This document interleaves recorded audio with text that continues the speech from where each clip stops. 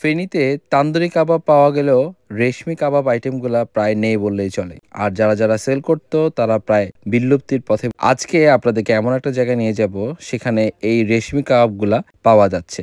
তো এখানের অ্যাড্রেসটা যখন আমি পাইলাম সেটা হচ্ছে আমাদের তেমনি বাজারের কাশিমপুরে। আমি ওখানে যাওয়ার সাথে সাথে ওদের লোকেশনটা দেখে একটু ভালো লাগা কাজ করলো, কারণ ওদের লাইভ কিচেনটা আমার পছন্দ হয়েছে।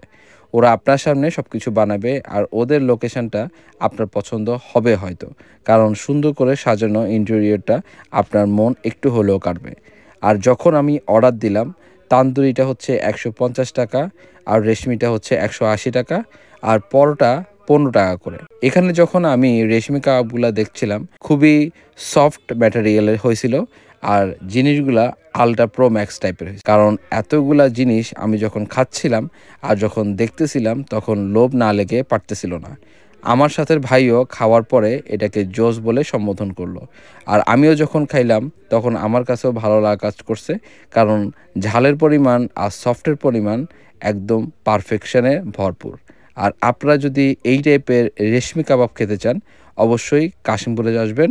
কাশিমপুর কারাগারে নয়, ক্ষুধা লাগছেতে।